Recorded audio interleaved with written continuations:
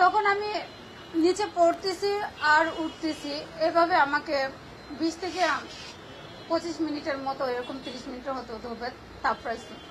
তোরে মাইরা করলে আমার কিচ্ছু হবে না, শুধু 2 কোটি টাকা যাবে। মার্চ মাসে আমি পরিমণির বাসায় গৃহকর্মীর কাজে যাই আর কি। তারপরে হচ্ছে যে কাজের এজেন্সি নামে আমাকে কাজে দেয় ওনার বাসায়। ওনার বাসায় বেশ ভালোই কাজ করতেছিলাম। তারপর হঠাৎ 2 তারিখ, এপ্রিলের 2 তারিখ,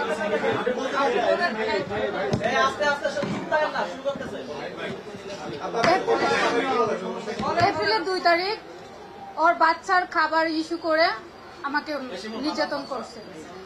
সামান্য বাচ্চার যে খাবারটা দেওয়া হয় 2 ঘন্টা সলিড খাবার 2 ঘন্টা পর পর দিতে হয়, তখন আমি বাচ্চাকে খাবার দিচ্ছি 2 ঘন্টা হয় নাই, 20 থেকে 25 মিনিট বাকি আছে।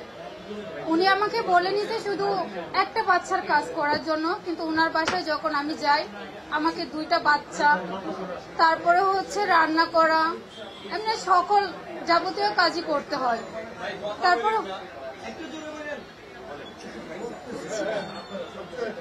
তারপরে হচ্ছে যে আমি বাজারের লিস্ট লিখতে, মানে রান্না করার কোনো কিছু নাই, বাজারের লিস্ট লিখে বলছে দেওয়ার জন্য। তখন আমি বাজারের লিস্ট লিখতে যাই, যাওয়ার পরে আমাকে যে সৌরভ নামে যে আছে উনি আমাকে বলতেছে বাচ্চা নাকি কান্না করতেছে, বলতেছে পিঙ্কি বাচ্চাটা কান্না করতেছে, তুমি বাচ্চার কাছে যাও, তুমি কি করো? আমি বলছি যে আমি বাজারের লিস্ট লিখতেছি কি কি লাগবে। পরে বলতেছে এটা একটু পরে করো। পরে আমি বলছি যে ভাইয়া আপু তো বলছে এখনই দেওয়ার জন্য, না হয়তো আবার অশৃঙ্খল বাসাতে বকাবকি শুরু করব, আমার হয়ে গেছে আমি যাচ্ছি। তখন বলছে ঠিক আছে। তখন আমি বাচ্চার কাছে যাই, যাওয়ার পরে 15 থেকে 20 মিনিট পরে আবার সৌরভ আসে। আসার পরে আমাকে বলতেছে যে পিঙ্কি ওকে একটু সলিড খাবার দাও।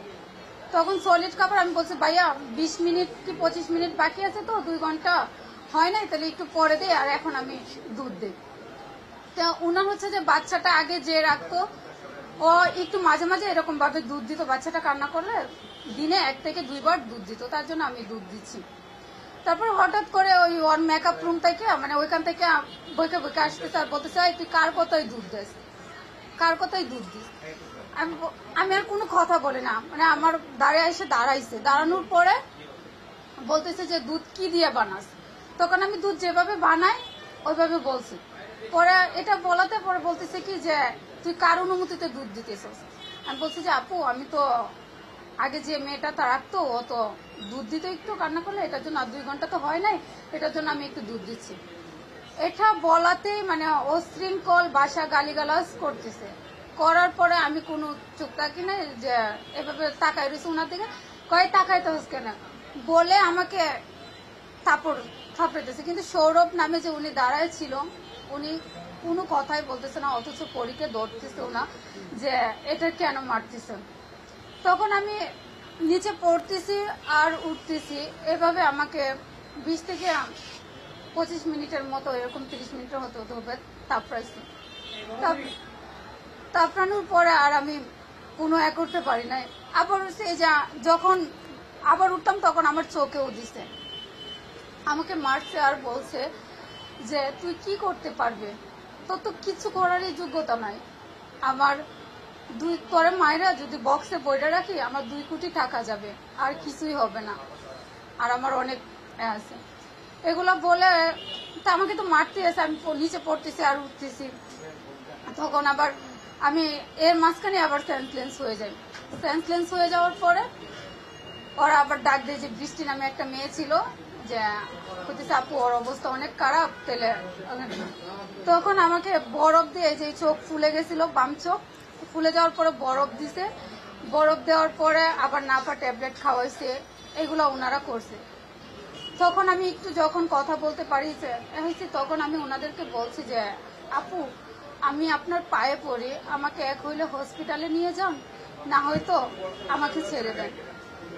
তখন উনি আমাকে বলে কি যে আরো অশৃঙ্খল ভাষায় গালিগালাজ দিয়ে বলে যে তোকে আমি ছাড়বো না, এইখানে রাইকে তোরে মারবো, তোর কি লুক আছে কি আছে নিয়ে আমার কিছুই করতে পারবে না, তোরে মাইরা করলে আমার কিছু হবে না, শুধু 2 কোটি টাকা যাবে।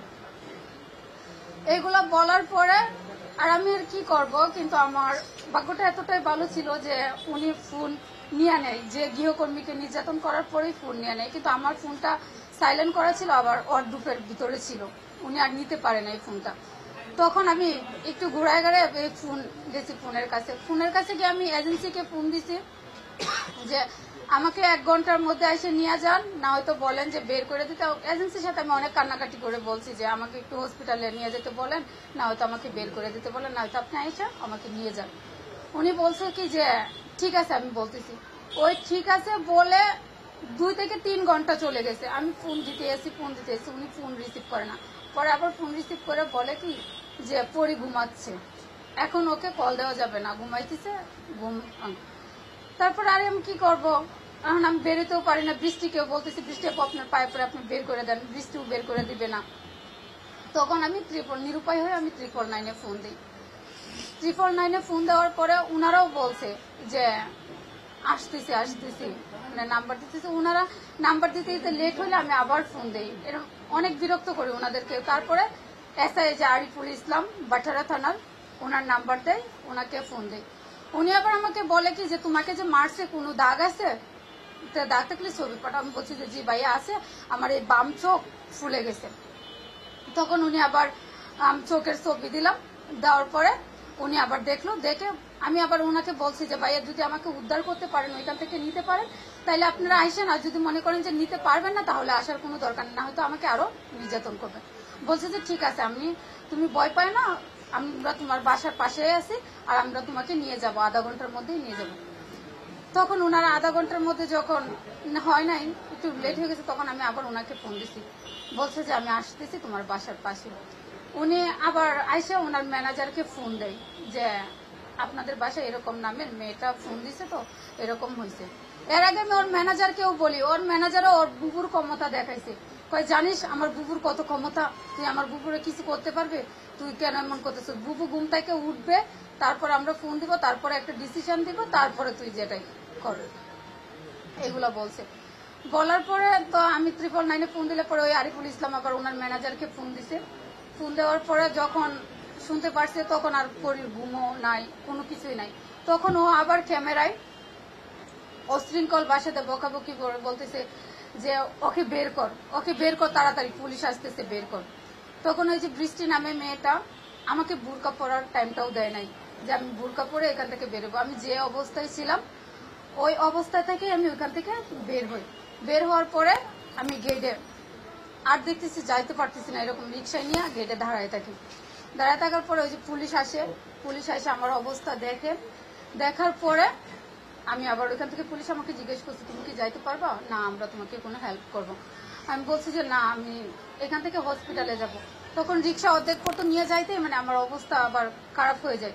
তখন ওই রিক্সা আবার আমাকে সিএনজিতে তুলে দেওয়ার পরে উনি আমাকে কর্মীটলা হসপিটালে নিয়ে যায়। কর্মীটলা হসপিটালে গিয়েও আমি অনেকক্ষণ বসার পরে ওনারা করে তারপরে আমাকে 2টা ইঞ্জেকশন দেয়। ইঞ্জেকশন দেওয়ার পরে আমি একটু সুস্থ হওয়ার পর ওনাকে আমার বলছে যে তোমাকে ঢাকা মেডিকেলে যাইতে হবে, এখানে তো আমাদের সিট নাই, ভর্তি রাখা পসিবল হচ্ছে না, এটা ঢাকা মেডিকেল চলে যাও।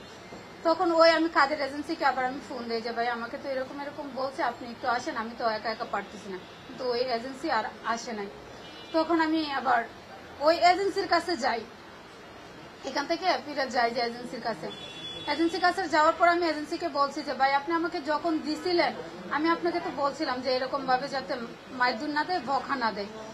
তখন এখন আমাকে মারছে যে উনি এটাও জিজ্ঞেস করে নাই যে কেন মারছে, কি হয়েছে।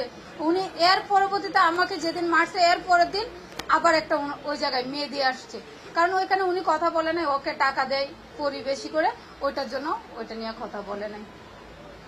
তারপর আমি ওইখানে আবার বাটারা থানায় একটা অভিযোগ লিখি 3 তারিখ, মেবি 2 তারিখ কি 3 তারিখে হবে, 3 তারিখই হবে বিকালের দিকে।